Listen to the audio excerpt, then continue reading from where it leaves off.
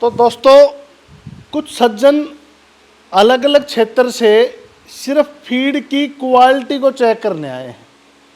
ये सुविधा आप लोगों के लिए भी है। अगर आप फीड का प्लांट लगाना चाहें या अपने पशुओं के लिए फीड अपने घर पे बनाना चाहें और फीड बनाने का कोई भी किसी भी तरह का अगर आपको बनाने में प्रॉब्लम आ रही है या आपको जड़ी बूटियां नहीं मिल रही या खाद्य पदार्थ नहीं मिल रहे या कौन सी फीड कितनी मात्रा में आपस में मिला के आप गाय को कैसे खिलाएं, भैंस को कैसे खिलाएं या किसी भी तरह की फीड को लेके आपको किसी भी तरह की कोई भी शंका हो, आपके मन में कोई भी भ्रम हो, तो आप जैसे ये महानुभाव मेरे पास आए हैं, आप भी मेरे पास आ सकते हैं।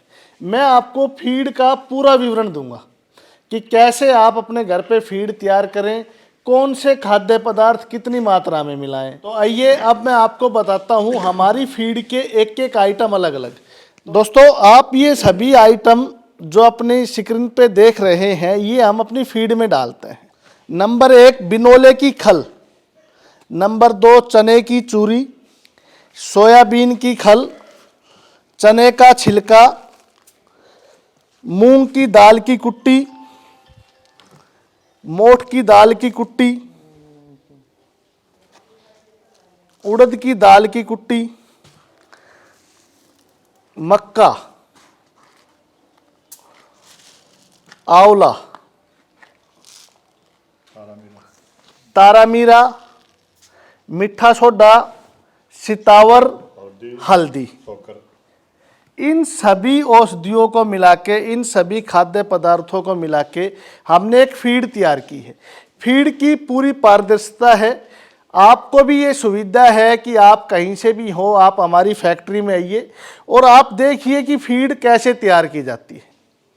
मुझे लगता है कि हिंदुस्तान की पहली ऐसी फीड मैं ही तैयार करता हूँ जिसमें आंवला, सितावर, हल्दी जैसी औषधियाँ हैं।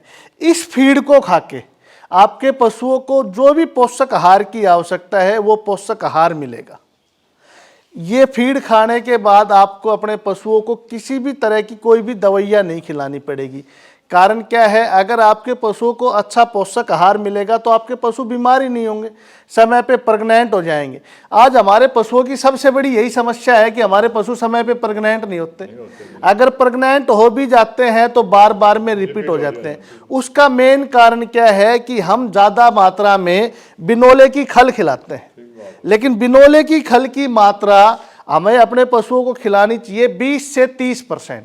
लेकिन आज क्या कर रहे हैं हम 50 से 60% बिनोले की खल खिला देते हैं, जिसके कारण हमारे पशुओं के शरीर में फैट जमा हो जाता है, कोलेस्ट्रॉल जमा हो जाता है, हमारे पशुओं का शरीर में गर्मी पैदा हो जाती है। उस गर्मी की वजह से हमारे पशु आगे के नहीं होते।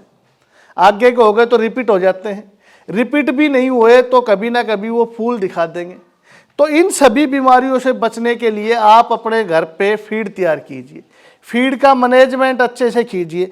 आप देखिए, अब आपने देखे ये सभी प्रोडक्ट, अगर ये आइटम खाने के बाद क्या आपको लगता है कि आपके पशुओं के दूध की कमी रहेगी?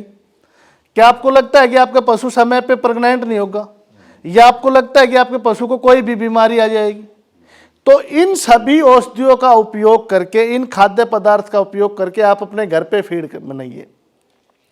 छोटे छोटे फीड के प्लांट आप अपने गांव में स्थापित कीजिए ताकि आपको रोजगार मिले और आपके आसपास अन्य पशुपालकों को, पशुओं को अच्छी फीड मिले। तो ये सुविधा आपके लिए भी है। अगर आप कभी भी मेरी फीड मिल में आना चाहें तो हमारा छोटा सा प्लांट है, आप आइए, देखिए हम कौन कौन से खाद्य पदार्थ फीड में मिलाते हैं ताकि वो उसी तरह से आप भी अपने घर पे फीड तैयार कर सकें।